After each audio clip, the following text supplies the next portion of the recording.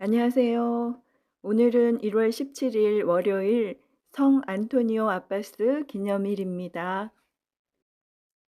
오늘 제1 독서에서 사무엘은 주님의 말씀을 배척한 사울의 행동 때문에 주님께서 그를 왕위에서 끌어내리시리라고 예언합니다.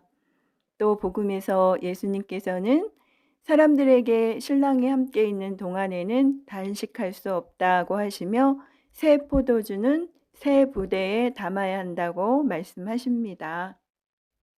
제1 독서 사무엘기 상권의 말씀입니다. 그 무렵 사무엘이 사울에게 말하였다. 그만두십시오. 간밤에 주님께서 나에게 하신 말씀을 전해드리겠습니다. 그가 사무엘에게 응답하였다. 어서 말씀하십시오. 사무엘이 말하였다. 임금님은 자신을 하찮은 사람으로 여기실지라 몰라도 이스라엘 지파의 머리가 아니십니까? 주님께서 임금님에게 기름을 부으시어 이스라엘 위에 임금으로 세우신 것입니다. 주님께서는 임금님을 내보내시면서 이런 분부를 하셨습니다.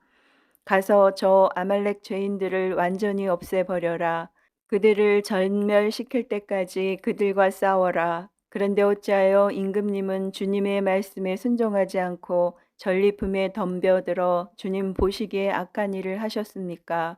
사울이 사무엘에게 대답하였다. 저는 주님의 말씀에 순종하였습니다.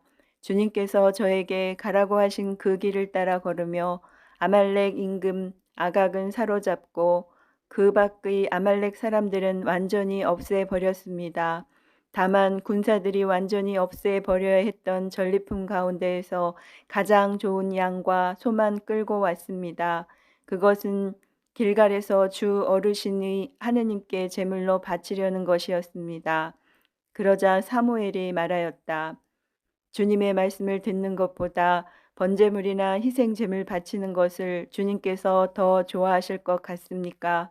진정 말씀을 듣는 것이 제사를 드리는 것보다 낫고 말씀을 명심하는 것이 수량의 굿기름보다 낫습니다. 거역하는 것은 점치는 죄와 같고 고집을 부리는 것은 우상을 섬기는 것과 같습니다.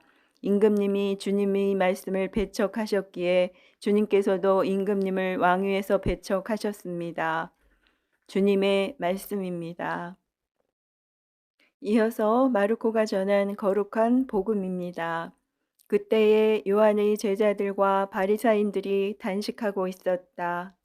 사람들이 예수님께 와서 요한의 제자들과 바리사이의 제자들은 단식하는데 선생님의 제자들은 어찌하여 단식하지 않습니까? 하고 물었다.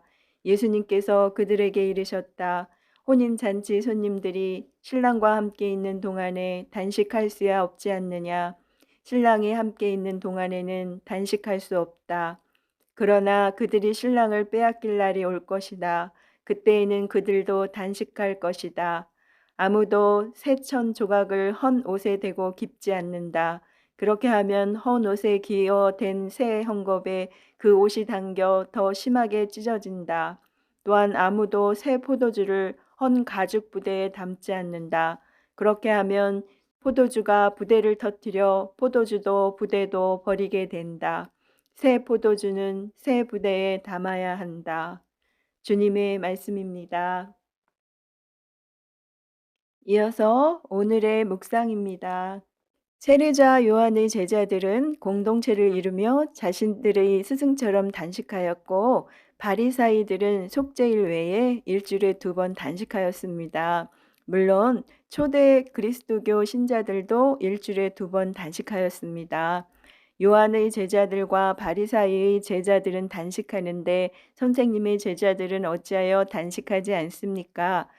예수님께서는 혼인잔치의 신랑과 손님을 비유로 들어 제자들이 당신과 함께 있는 동안에는 단식할 필요가 없다고 변호하십니다. 혼인잔치의 신랑은 예수님이시며 손님은 제자들입니다. 구약 성경에서 혼인잔치는 구원의 시간을 상징합니다. 따라서 혼인잔치의 비유는 예수님께서 오신 지금이 바로 구원의 시간임을 드러냅니다. 새 하늘과 새 땅을 창조하시고 새 마음과 새 영을 주시겠다는 하느님의 약속이 이루어지는 시간, 바로 하느님 나라의 시간입니다. 이렇게 혼인잔치는 구원의 시간, 기쁨의 시간이기에 슬퍼할 수 없고 단식할 수 없습니다. 그렇지만 제자들도 신랑을 빼앗길 날에는 단식할 것입니다. 헌 옷에 새 천 조각을 대고 깁지 않으며 헌 가죽 부대에 새 포도주를 담지 않습니다. 이 말씀은 지금 주어진 새로운 것, 곧 그분의 말씀과 행적 안에서 점점 가까워지는 하느님 나라를 강조합니다. 하느님 나라는 우리 낡은 사고와 습관 안에 담을 수 없습니다. 새 포도주는 새 부대에 담아야 하듯이 우리 생각과 행동을 바꾸는 회개와 이를 통하여 하느님과 이루는 화해 안에 그분의 나라를 담을 수 있을 것입니다. 누구든지 그리스도 안에 있으면 그는 새로운 피조물입니다. 옛 것은 지나갔습니다. 보십시오. 새 것이 되었습니다. 이 모든 것은 그리스도를 통하여 우리를 당신과 화해하게 하시고 또 우리에게 화해의 직분을 맡기신 하느님에게서 옵니다.